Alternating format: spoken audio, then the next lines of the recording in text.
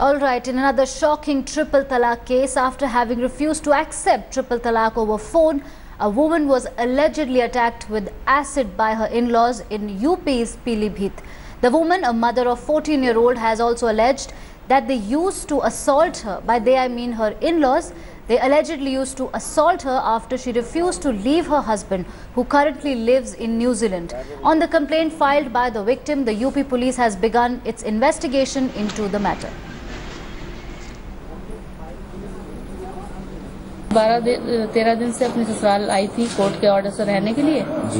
तो ये लोग भगाने लगे, सब गालियाँ गलौज करने लगे कि तुम हमारे बेटे ने सास बोलनी तलाक दे दिया, तुम यहाँ क्यों आई हो रहने के लिए। तो मैंने कहा नहीं, ऐसा तो कुछ नहीं हुआ है। तो फिर बोली कि हमें तुमसे कोई मतलब नहीं है, जब उसने तुम्हें छोड़ दिया। तब मेरा सामान वान फेंका, गालियाँ बहुत देने लगे वो लोग सब, मेरा देवर सास, और मारने लगे, धक्के देते थे रोज मुझे।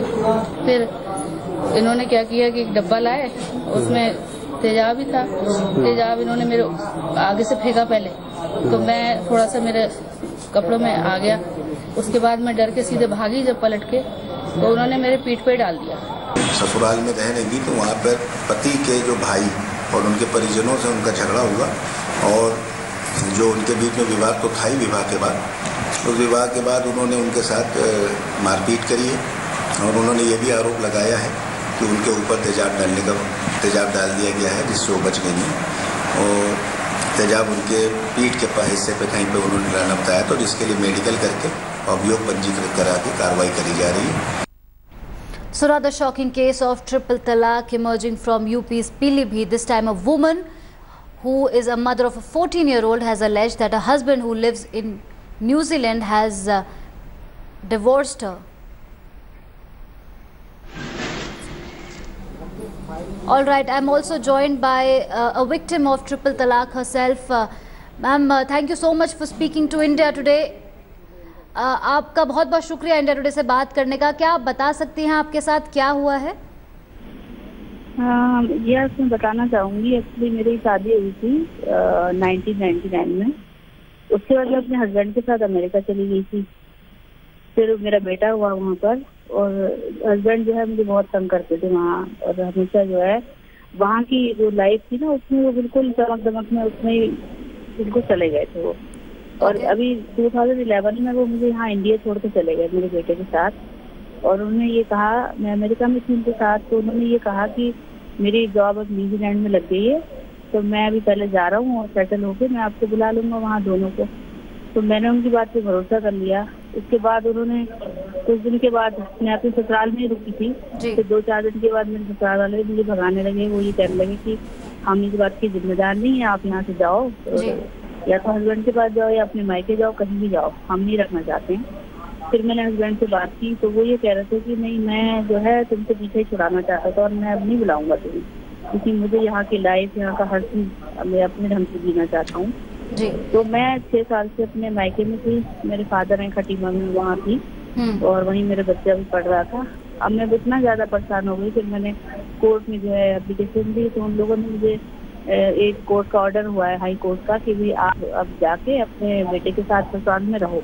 अच्छा। क्योंकि आपका हक है वहाँ पर, आपका बेटा है और ऐसा कुछ नहीं हुआ। तो मेरे हस्बैंड ने फिर अपने घर वालों से ये कह दिया कि मैंने उनको फोन पे तलाक दे दिया है, और जो है मेरा उससे कोई मतलब नहीं है। अब मैं 10-12 दिन पहले यहाँ आई ससुराल में, न्यू इंडिया में। तो इन लोगों ने मुझे फिर गालियाँ देना शुरू की, मेरे देवर ने, सास ने और ननद ने, कि तुम यहाँ क्या लेने आई हो, तुम्हारा कोई मतलब नहीं है, क्योंकि मेरी सास ने कहा कि हमारे बेटे ने तुम्हें फोन में तलाक दे दी है, अब यहाँ कोई मतलब नहीं है। तो मैंने कहा नहीं, ऐसा मुझसे तो उन्होंने कुछ नहीं कहा ऐसा। तो इसी उस पर ये लोग मुझे बहुत टॉर्चर करते रहे। 10-11 दिन उन्होंने मुझे बहुत परेशान किया, और कभी मेरा बिजली का कनेक्शन काट रहे, कभी पानी का। मैं मतलब बहुत अपने आप को अरेंजमेंट करती रही अपने बेटे के लिए, अपने लिए। इन्होंने सारे किचन हर चीज बंद कर दी। तो मेरे फादर ने फिर मेरे लिए सारा अरेंजमेंट किया, रहने का, खाने का, और सब कुछ भेजा।